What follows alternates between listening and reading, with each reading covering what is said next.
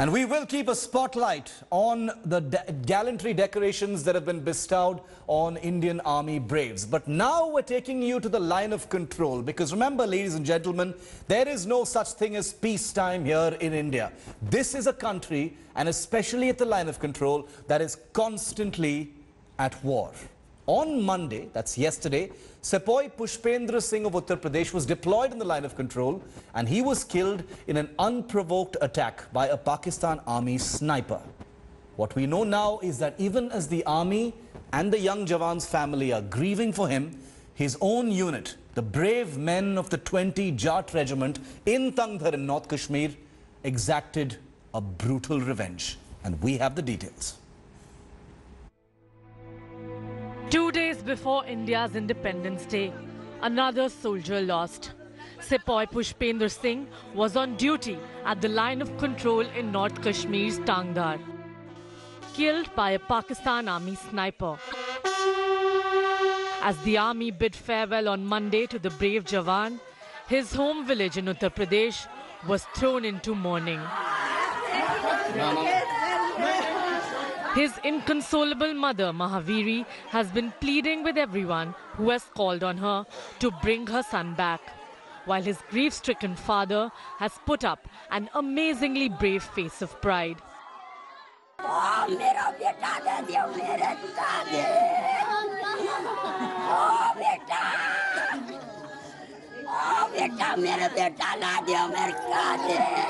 एक बच्चा हमारे देश की सेवा के लिए शहीद हो गया। हम ये भी चाहते हैं कि हमारा दूसरा बच्चा भी सिर्फ देश की सेवा करे। ये हम और हमारे सब ग्रामवासी सब भाई के लिए बड़ी गर्व की बात है कि उसने देश के रक्षा में अपने प्राण सौंप दिए। Sepoy Pushpendra's wife Sudha, who bears the adornments of the Hariyali Teej festival, is in shock and disbelief with the news.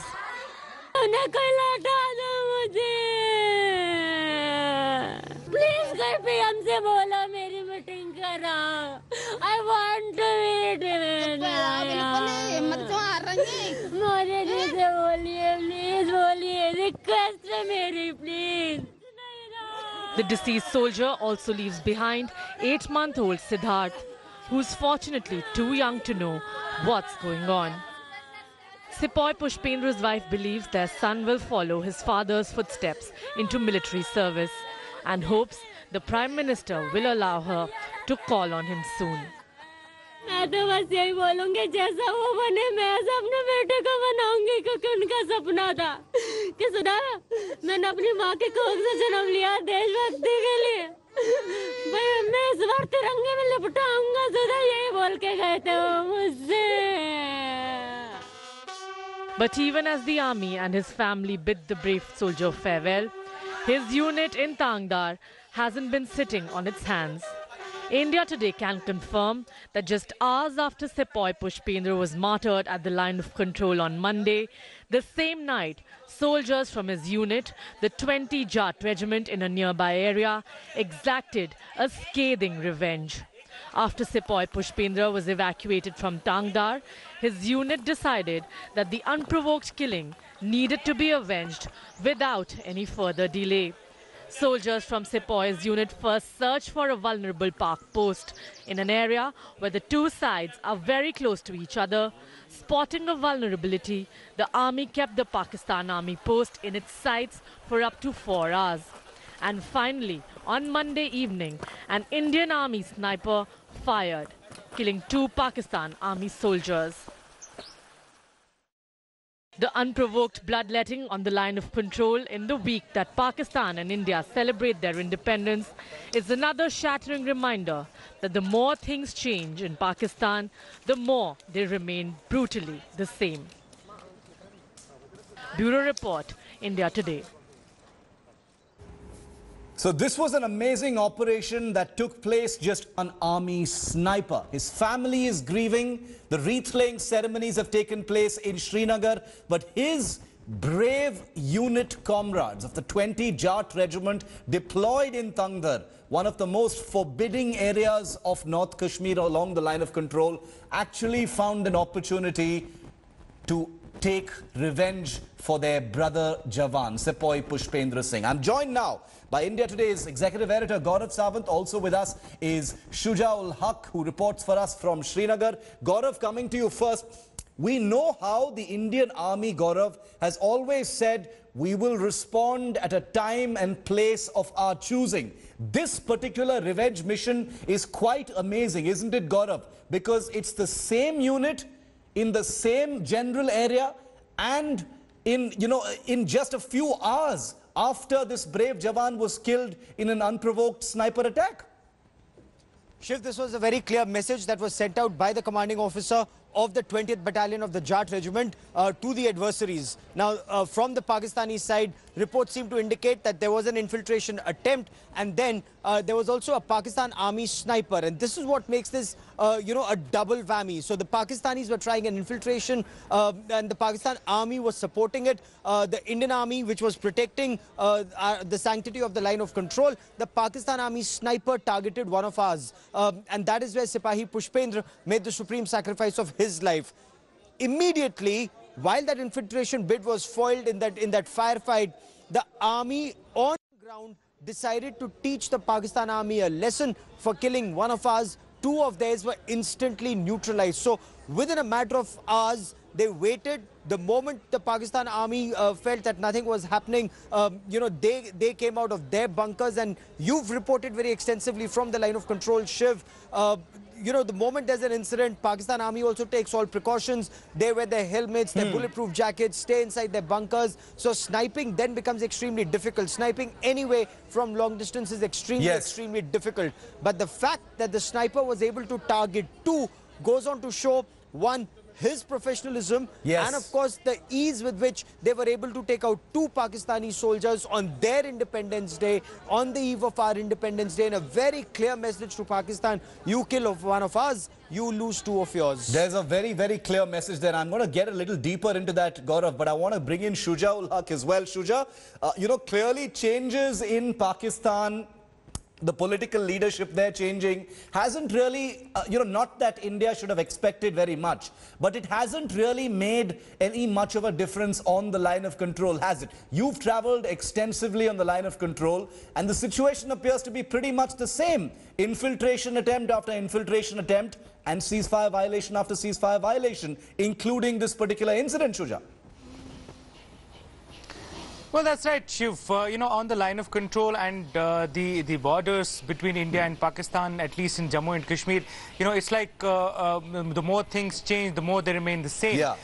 There have been infiltration attempts that have taken place in past couple of weeks. In fact, we've seen many such attempts taking place in these areas of North Kashmir in itself. We've seen encounters taking place even after some of these infiltrators managed to enter into this side.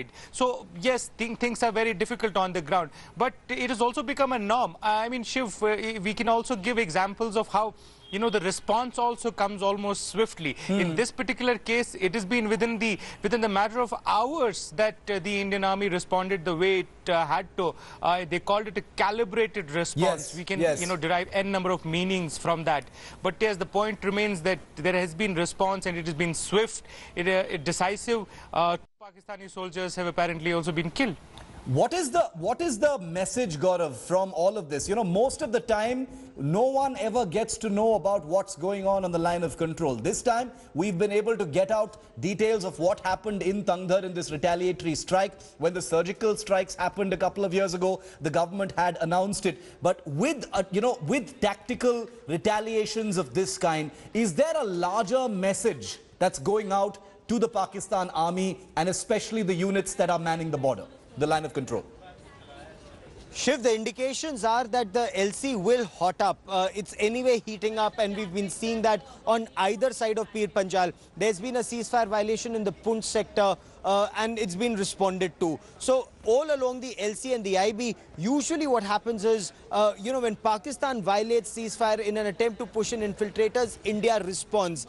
In this case, again, India's escalated it to an extent, calibrated escalation, as Shuja was pointing out, just to send them a message that beware, if you do this, the loss is yours. But there are times when India has responded and has even talked of using disproportionate force or appropriate force, as troops on ground put it, to send out a message of deterrence to the adversary, that should you do this, while there will be losses on our side, there will be graver losses across, which will be much, which will be difficult for Pakistan to sustain over a period of time. You saw that along the international border last year when Pakistani villages had to be evacuated and some 50 to 60,000 people had to be evacuated, and that's the time that Pakistan put up red flags along the international, white flags along the international border, seeking a ceasefire. But unfortunately, all of this is very tactical.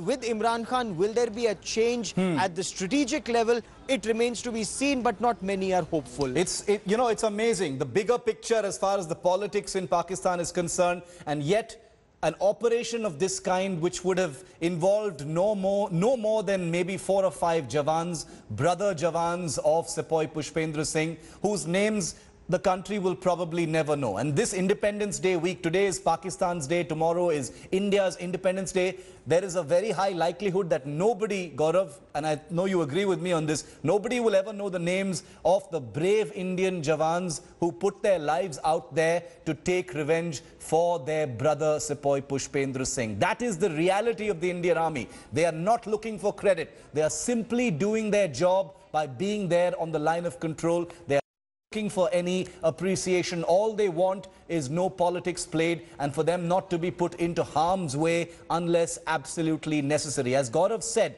the proficiency, the professionalism of a retaliatory sniper attack under cover of darkness while they are grieving one of their fellow soldiers is something that most of us will never ever be able to understand. Shuja and Gaurav, appreciated gentlemen, thank you for joining me in being able to tell this story to our viewers. It is an amazing story, and hopefully the country will never forget Sepoy Pushpendra Singh and the brave Jawans who took revenge in his name. Thanks for watching the video.